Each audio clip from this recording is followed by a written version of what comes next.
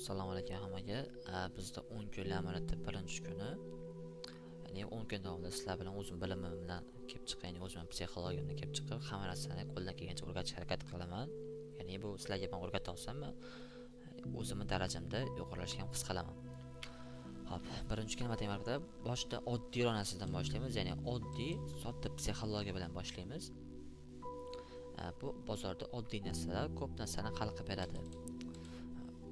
Hop, birinchi videoga uzilishlar bo'ldi. Ya'ni birinchi videomizni bundan oldin olib bo'ldim. Ya'ni xato bo'ldi. Zapisda yaxshi ko'rmagan hisobiga boshqatdan zapis olyapman. Xo'sh, premyerlar bozorda ko'rsatib bo'ldim. Hop. Misol uchun bizda H1 taymda, ya'ni H1 da bizda chiroyli uptrend bo'ladi, ya'ni o'suvchi trend ketma-ket maksimumni olib kelyapti. Bizda asosiy minimum qaysi bo'ladi bu holatda? Bizda maksimumda olib bergan minimum, ya'ni mana bu minimumda maksimum bizda option maksimumga tashlab bergan aksiyonni yechgan holatda mana shu minimum buziladi. Mana shu minimum buzilgandan keyin ko'p traderlar nima qiladi? Undan keyin shakllangan orderlardan sell pozitsiya ko'rishadi. Bu qisman to'g'ri, shu narsani men ham qilaman.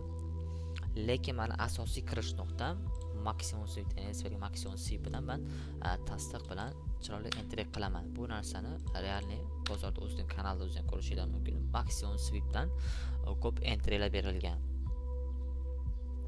Bu bozorda zo'g'a o'sib bergansiz. Mosh bir momentda o'zidan ketib qolishi, 2 ketishi mumkin, lekin 3 polibom 3 to'g'ri berish kerak. Shu narsa bozorda qaytalanadi. Ya'ni mana ishda sell kompozit o'yinchilarni, ya'ni selldagilarni stopini olish maqsadida barib polibom bozor chiqib turib, svodni keyin kuchli impuls bilan oqadi. Likidlar tomon. Mana real grafikdan ko'rsatib beraman. Xo'p. Bizda ideal setup, ya'ni bizda bu narsa mana maksimumda shakllangan. Bizda minimum va maksimum bor, ya'ni minimumda olyapti. Mana shulardan biz tasdiq bilan entry sell kirsa bo'lardi. Hattoki kamida mana bu minimumgacha, lekin bizda pastda kuchli qolib ketgan likidlar bor, ular tomon asosiy harakat bo'ladi. Bizda qisqa reaksiya, lekin mana bu minimumni olishga kuchi yetmadi. Sabab bizda maksimumdan sell kirganlar juda ko'p. Stopni olish maqsadida narx chiqyapti. Ana endi biz kuchli tasdiq qarashimiz kerak bo'ladi. Ya'ni bizda ketma-ket yana maksimum olinishi, olingandan keyin maksimum minimum, bizda maksimum sweepdan minimumni yechyapti. Minimumni yechgandan keyin bizda kuchli breaker bor va bu yerda FVG bor. Ikkalasini birlashtirgan holatda, ikkalasini kichikroq time frame, masalan M3, M5 dan biz o'sha minimumdan savdoga kirib olsak bo'ladi. Bu birinchi momentimiz. Agarda bu yerda o'sbet qilmagan bo'lsangiz, kirishga entry qila olmagan bo'lsangiz, bizda qolib ketilgan orderlardan savdoga kirsak bo'ladi. Ya'ni mana bu breaker ham bizga idealni reaksiya olib bergan nuqta hisoblanadi. Ya'ni bu OB va breaker. Bizda breaker va OB ham bor. Ikkalasi chiroyli narxda ushlab bergani 3 marotaba reaksiya olgan. Shu tomonlar, ya'ni bizda maksimum sweep bilan, ya'ni biz maksimum nafaqat maksimum, minimum sweepdan shunaqa sweep bilan ishlash zo'r narsa. Sweep bilan ishlab turib savdoga kirsiz, sizda xatolik ancha kamayadi. Hozir yana grafikni ham qarab beraman shu narsa bo'yicha. Hop, so'chim bizda maksimum sweep bor. Kichkina tarafida men qarayman, M15 da qarayman. Tasdiqlar so'chim tasdiq ichida tasdiqni M15, M5, M3 dan qarayman.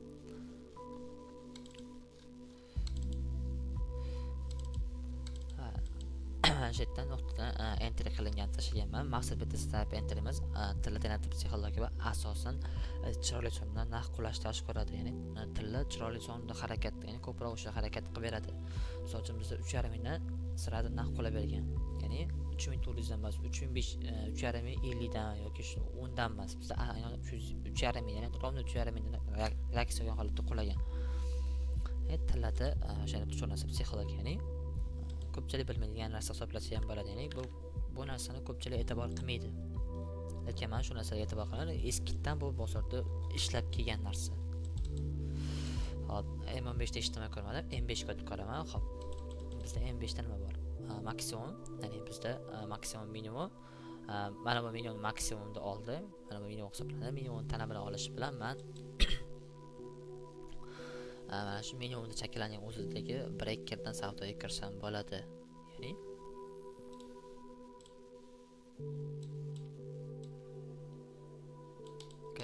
bo'lmasam, buni stop lossi 8 punkt bo'ladi. Biz buni ham